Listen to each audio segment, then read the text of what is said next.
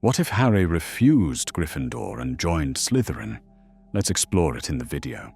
Candle wax drips in the Great Hall, and the sorting hat's brim creases like a frown before it purrs a promise of greatness. Harry breathes cold air, tastes iron off the goblets, and feels every eye press into his skin like pins. The hat tempts, coils, tests. Gryffindor roars in the rafters like a destiny already written. He thinks of the cupboard, the letters, the game of being pushed. He decides he won't be pushed anymore. His jaw tightens. You could be great, you know. Terrible, yes, but great. Then I choose the house that makes results, not excuses. Slytherin, the hat declares, and the word detonates across the tables. Green scarves lift like banners in a rising gale. Ron's offered hand falls stiff and empty. Hermione's eyes widen, curiosity warring with dread. McGonagall's mouth thins. Dumbledore's gaze deepens, the way a lake hides a drowned bell. Snape's eyes flicker. A question chisels itself behind his mask. Under the black lake, the Slytherin common room hums with colder currents. Lamps burn low. Water shadows crawl over wet stone like serpents dreaming of molts. Draco claims Harry with a smirk and a subtle angle of the shoulder that says, "Sit, but know your place." Prefects measure him in blinks and pauses. The Bloody Baron drifts, a frostbite hush. Harry learns the taste of ambition, salt, pressure, the snap of discipline in the air. He refuses to be Draco's echo or a Gryffindor's regret. He walks the edges, listens more than he speaks, files names and tones and hungers. Cunning isn't lying. It's choosing your moment. Mr. Potter, choices carve the road before our feet touch it. Then I'll carve mine with both hands. He studies his reflection in the underlake glass and watches his face split into courage and ambition, two futures racing toward him. However, water always distorts the shallows. Dawn bleeds grey through the high windows. In the potions dungeon, glass threads sing as vials settle. Snape prowls like a precision instrument, calibrating silence. Fame is an untidy ingredient, Potter. Measure it. Don't dump it in. He sets them a cauldron test with a timed twist, antidote to a brewed mistake. Draco preens, confident. Harry reads the recipe like a chessboard, notes the hidden pitfalls, chooses restraint over flourish, and steeps the bezoar at the exact breath when the steam turns from pearl to slate. The antidote clears. Snape's eye flickers, a reluctant tick of acknowledgement. There and gone. Breakfast clangor in the Great Hall. Ron looks everywhere but at Harry. Hermione pauses by the Slytherin bench with a parchment tucked under her elbow, voice steady. Nicolas Flamel, alchemist. You should know the context before chasing rumors. Real friends don't need footnotes. Real friends don't fear them. Brooms on the lawn, sky shining like fresh tin. When Draco snatches Neville's Remembrall, the old script tries to play itself, but Harry refuses the easy humiliation. He rockets up with a lean economy, all edges, no waste. The world narrows to wind shear and the small, trembling glass ball. He takes it clean, then doesn't victory lap. He just lands, eyes level.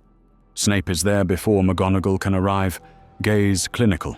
If you insist on breaking rules, at least do it winning. By dusk he is Slytherin Seeker, not with applause but with expectation. Flint watches him like a tool he might sharpen on bone. Hagrid's hut smells of earth and damp wool. Tea fogs his glasses. A kettle rattles like a nervous beetle. A name slips, fluffy, and a vault number hangs in the air like a dangling ladder. Harry files the shape of the secret, not the letters. Hagrid's hands are too big for lies. Some doors ain't meant for poking, Harry. Then we'll know which ones before we knock. Nights grow slower. Filch's rounds sketch patterns. Peeves trades hums for pranks. In the library, Hermione finds a legal way to sit in the stacks until the lamps gutter, and Flamel's legend turns from rumor to motive. The stone, the elixir, the promise that life could be held back like a tide at the door. Halloween rings with sugar and an undernote of panic. The troll staggers through stone, and the castle breathes like a hunted thing. In a side corridor, Harry hears Hermione's strangled call. Draco urges retreat, sharp and sensible. Assets don't throw themselves at clubs. People aren't assets. He moves toward the danger. The stink is raw meat and sewer gloom. He turns instinct into geometry. Trip the beast, use the weight, lever the tusk. Hermione's eyes are wet and furious. You didn't have to. I did. Points are lost, won, twisted. Snape deducts for recklessness, then gifts more pitch time to burn off stupidity. The house mutters, some with respect, some with knives concealed as laughter. At night, under green light, Harry breathes through the ache in his shoulder and names his positions like charms. Seeker, student, son of no pedestal. He chooses not to humiliate Higgs when the demotion bites. He trains with him instead. Accidental kindness changes an enemy's schedule. The first match looms, warded banners ready to twist wind like a dragon's breath. Harry stands at center pitch with rain beading his lashes, and he decides, again, not to be pushed. He silently tallies the board. Allies 2, Hermione and Draco, still conditional. Intel 1, the stone rumor, the vault, the three-headed dog. Access none. House standing, volatile, tilting positive. Under the lake's green light, he maps Slytherin the way a seeker maps wind. Where to sit, when to listen, how a prefect's silence can weigh more than a threat.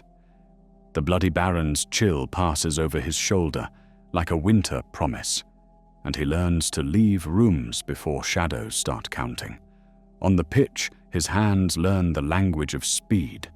The quaffle is thunder in his periphery, but the snitch is a temperature drop against his cheek. Bludgers teach fear. Flint teaches contempt for fear. The sky teaches the difference between bravado and nerve. Parchment smudges his fingers. Hermione's citations stand like street lamps in fog. The Philosopher's Stone turns from myth to motive. Men come for forever, and thieves will follow them. Rock cakes crack teeth. Warmth cracks secrets. In Hagrid's cottage, names tumble out with laughable discretion, but the big man's heart beats like a drum Harry wants on his side when walls fall. Potions class becomes an ethics crucible, logic steaming in glass. Save 1. Doom 2. State your why. Harry answers without grandstanding. Intent, cost, consequence. Ravenclaw whispers braid into maps. Theo Knott passes a book without looking. A quiet girl notes that Quirrell's stutter changes near mirrors. The observation sticks like a burr. Night patrols turn patience into an art. Filch's keys ring like chimes for the careful. Peeves bargains a prank path in exchange for future chaos. Pathfinding stops being accident and starts being choice. Rain needles the warded pitch. House banners throb with woven charms, twisting gust lanes that punish the proud and reward the patient. Harry steadies on the handle, senses for cold. The snitch kisses the air like a whisper of ice. Gryffindor roars, Weasley voices flare. Hermione white-knuckles a scarf. Ron glares through storm. Whistles shriek. Slytherin drives hard, elbows like doctrines. Gryffindor answers with spine. Harry rides a suspect lane. Wind scythe sideways, tries to peel him from the sky. Then a wrong note threads the air. His broom shudders with a malignant tremor, a jinx like invisible ice fingers prying at bristles.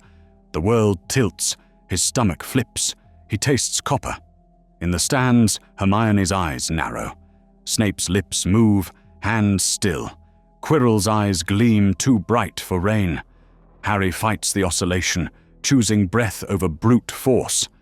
A bludger veers toward the Gryffindor keeper, pure malice on iron. Ethos cuts decision clean. He breaks from the snitch to intercept, batters the bludger with his forearm and tail swing, saving the boy he's meant to beat. Boos from green, a shocked hush from red. The jinx claws harder, offended. Counter first, gloat never.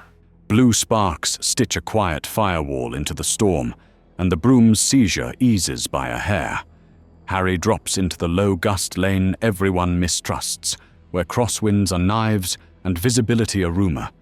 He closes his eyes for half a heartbeat and listens to cold.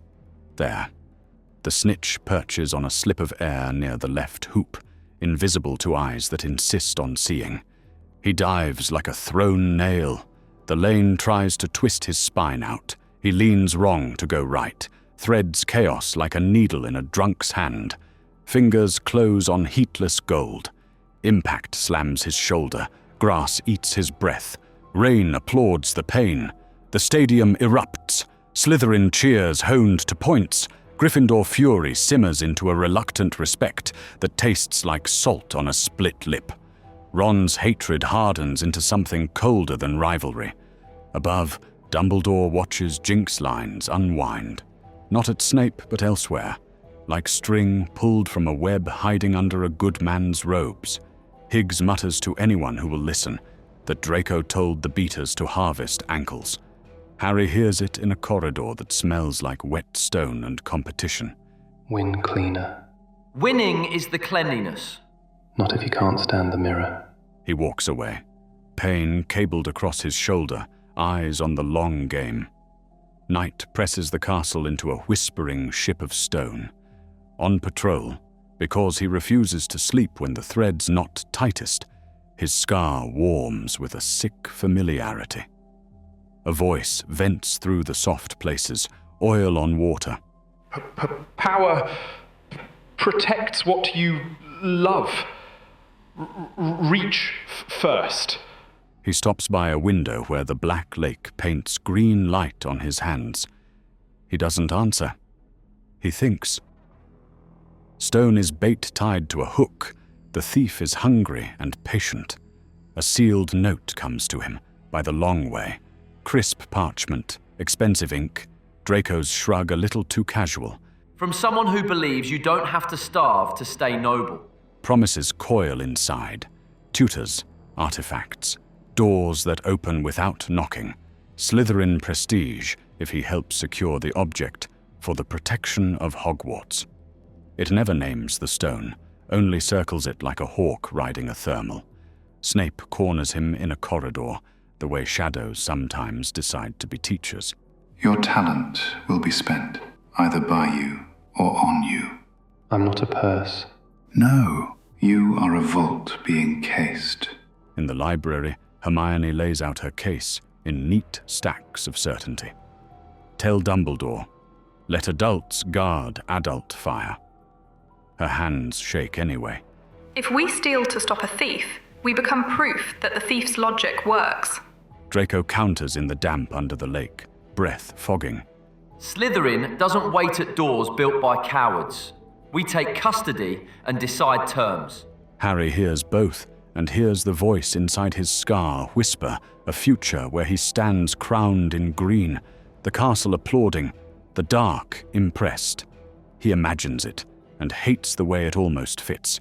He gathers the only people he trusts to tell him no. Hagrid serves rock cakes that could break a vow. The fire grumbles like an old dog. Don't meddle with what ain't yours. Heading a burn isn't stealing the fire. Debate braids like cord. Draco speaks of leverage, Hermione of law, Hagrid of heart, and Snape, by his absence, speaks of tests graded in scars. The offer tempts because it uses his favorite word, agency. Ethos cuts clean again. If power demands I become the thief to stop a thief, it isn't power, it's a leash. He chooses a narrow edge. Reach the protections first, not to own the stone, not to parade it, but to close the path the thief needs. He sets a boundary like a circle of salt, allies only if they can live with that line. Draco's mouth twists, frustration and a respect he doesn't want to name. Outside, The lake presses its cold palm to the windows, and somewhere in a corridor that smells like stale incense, Quirrell smiles with a mouth that isn't entirely his. The accusation blooms at breakfast like a bruise. Unauthorized night reading, restricted nick of a lock, footprints that look like his shoes because someone made sure they did. Points vanish from Slytherin, whispers rise. A notice pins him from the staff table. Suspension from the next match. Pending conduct review. Draco stops walking with him between classes. Distance is a currency, and he pays it. Detention is inked to the forbidden forest, moonlight like hammered tin through the trees. The air smells of moss and metal. They split pairs. Harry with Draco, lantern in hand. Hagrid ahead with Fang and a second group. The forest takes sound and rearranges it into warnings. A smear of silver stains the leaves. Unicorn blood, bright as a lie. Harry crouches. Cold walks under his skin. We shouldn't be here. This is beneath us. It's dangerous, not beneath. They hear it then. Something dragging, something breathing like a broken flute.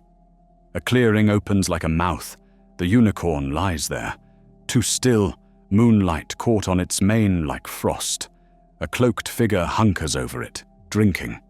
The scar on Harry's forehead ignites. He staggers. Draco goes paper white and freezes, lantern trembling a frantic code. The cloaked thing lifts its face, a slick shine at its lips, and the forest seems to lean away from it. Harry moves, without choosing. He yanks Draco sideways, hurls the lantern, splits darkness with a sudden flare. The thing swivels. It smells like old cellars and something that wants names. What is that? Run. The figure glides, faster than feet. Harry zigzags through bracken, dragging Draco when he stumbles. Branches whip. The scar howls. The thing gains. Hoof thunder answers. Light and heat crash into the clearing as a centaur erupts from the dark, rearing between Harry and the cloaked thing. A bow hums. A warning shot splits the night. Back, parasite. The figure withdraws like smoke sucked by a vent, vanishing among the trunks. Harry's knees remember gravity. Draco folds, shaking. The unicorn's breath rattles once, then never again. The stars warn, but boys seldom listen. I'm listening now. Hagrid barrels in, face a storm of fear and fury, Fang hauling on the lead. Yet who could have been killed? Draco can't find words. Harry looks at the centaur, at the dead blessing on the ground, at the path they ran. He understands that the thief hunting the stone has a head start, and no brakes. They trudge back under the weight of what nearly was. At the castle door, Draco stops, cheeks damp and pride bleeding. If you tell them I froze... I'll tell them you led me to help. He does.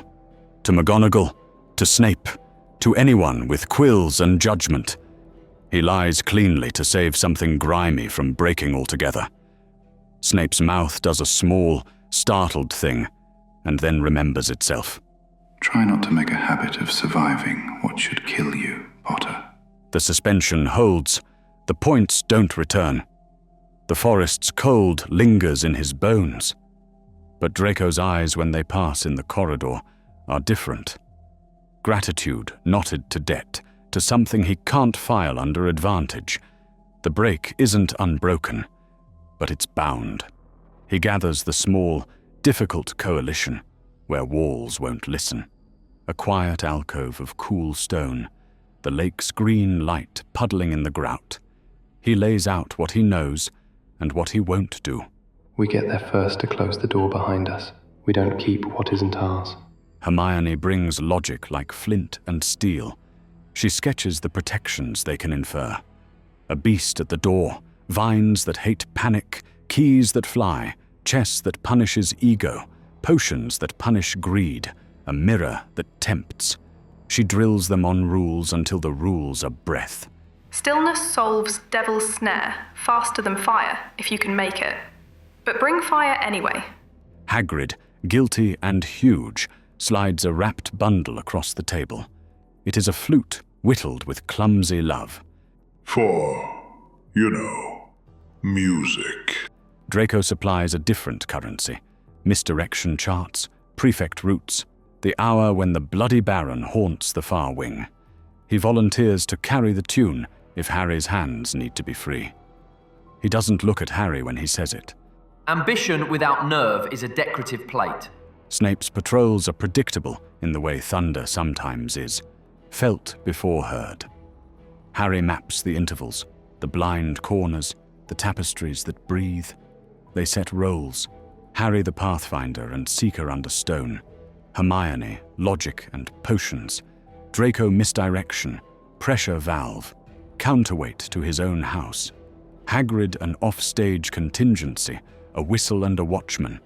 If caught, they tell the truth. There is a thief.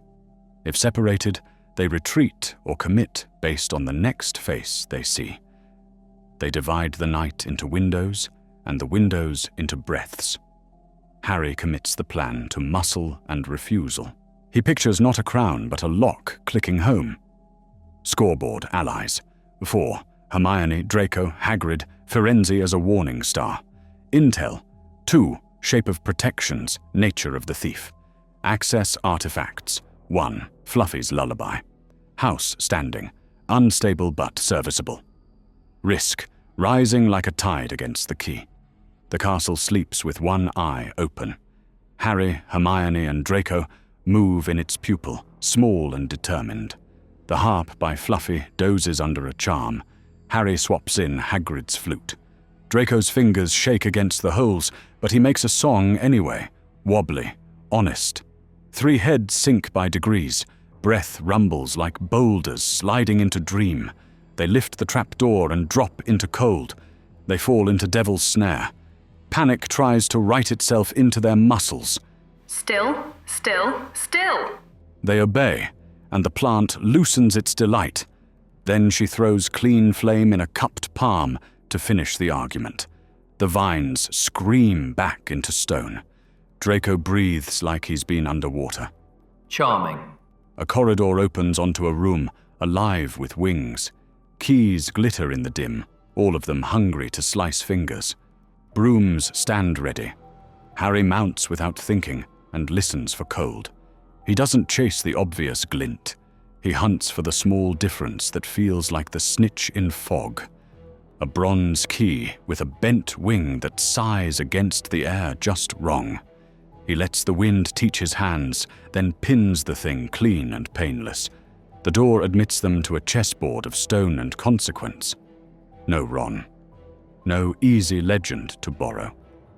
Draco steps forward, eyes narrowing to slits as he considers the field.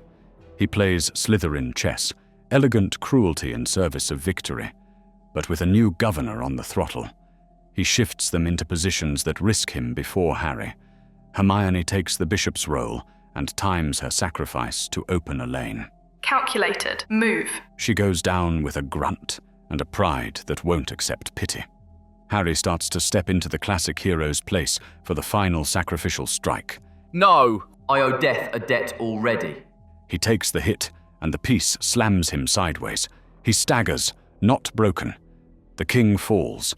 The door opens. Cost paid, not mortal. The potions room breathes logic. 7 bottles, different heights and humours, sit in a line. Flames block forward and back, one black as tunnels, one purple as bruised fruit. Hermione inhales the riddle like oxygen and exhales the answer. There is enough for one to go forward and one to go back. You go, Harry. I'll fetch Dumbledore. I go with him. There isn't enough. A beat. Draco's jaw flexes.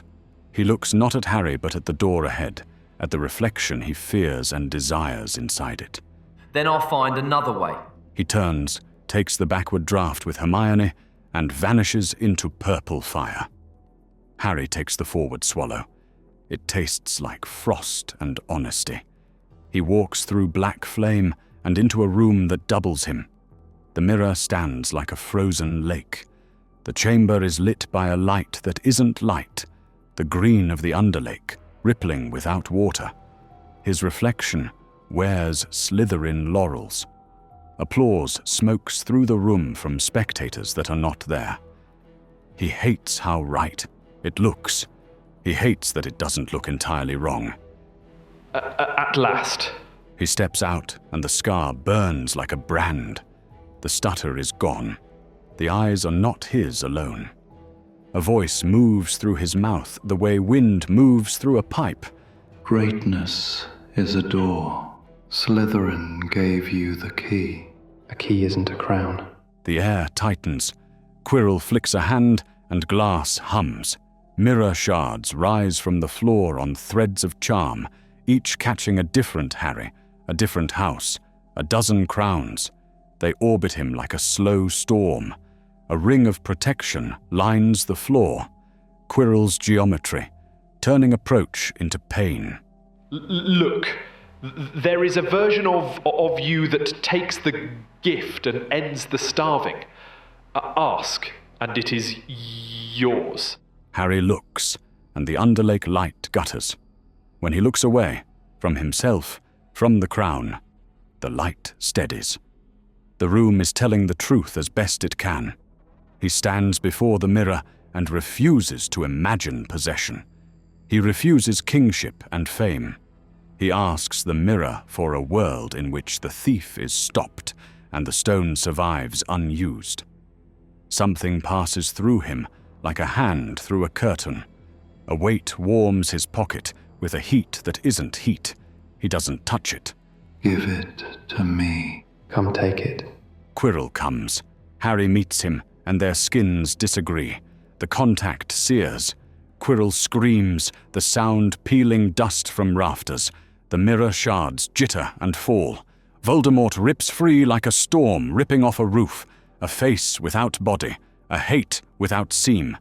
It tears through Harry, a cold so violent it is almost heat, and flees howling down the stone. Harry collapses.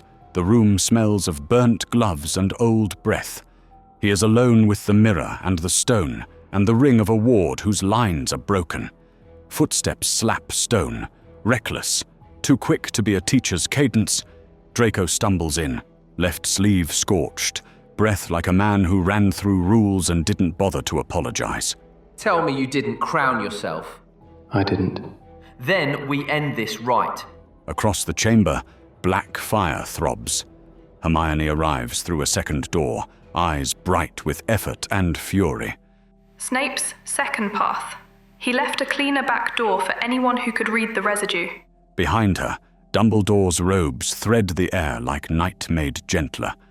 The old man takes in the room with a grief that is older than fireplaces and lemon drops. Intent shapes magic. So does love. Harry draws the stone at last. It catches the Underlake glow and doesn't love it. He could hand it to Draco, to Dumbledore, to the mirror. He holds it like someone else's child, carefully, knowing he was never meant to keep it. He lays it on the stone and steps back.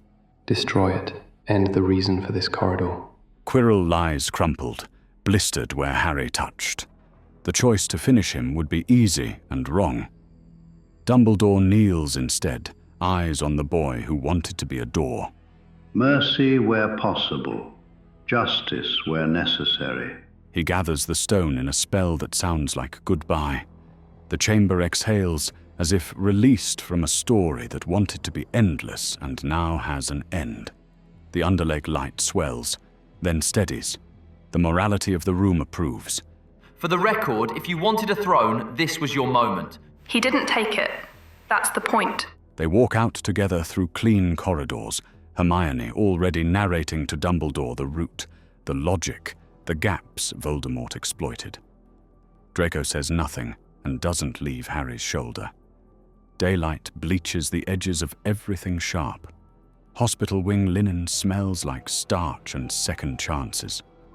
Draco stands at the foot of the bed, hair like a helmet he forgot to fasten.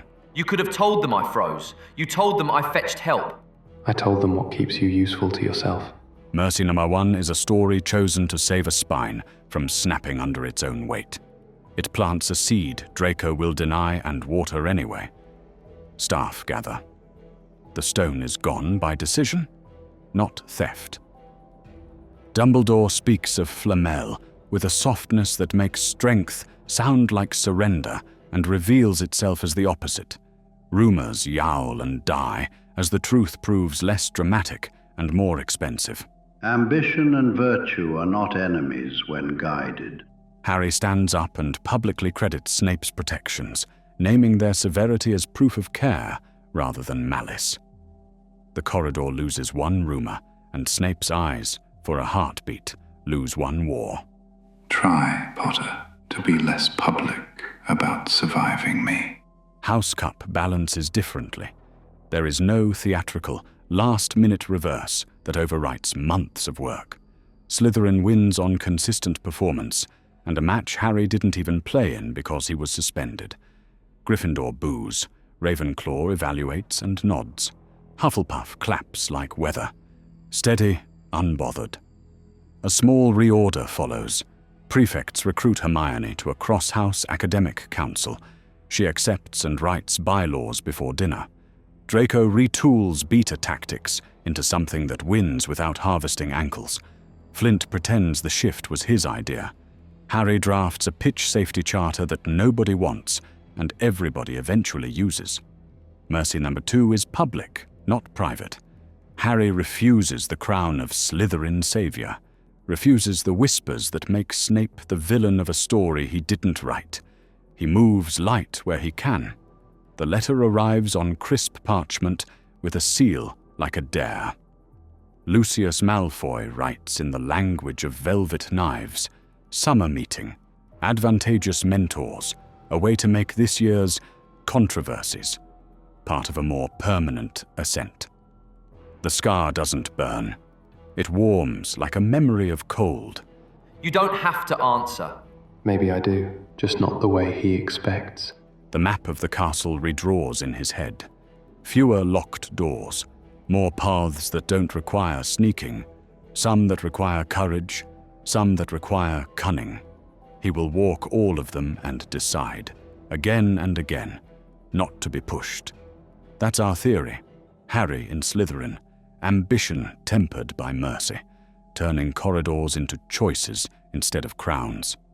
If this journey pulled you into the castle's shadows, like the video, subscribe for more lore-accurate forks, and share it with a friend who still argues house traits at dinner. Next, we climb a different night of consequence. What if Dumbledore didn't die on the astronomy tower? No fallen headmaster, no Elder Wand transfer, a war rebalanced. Watch that one next.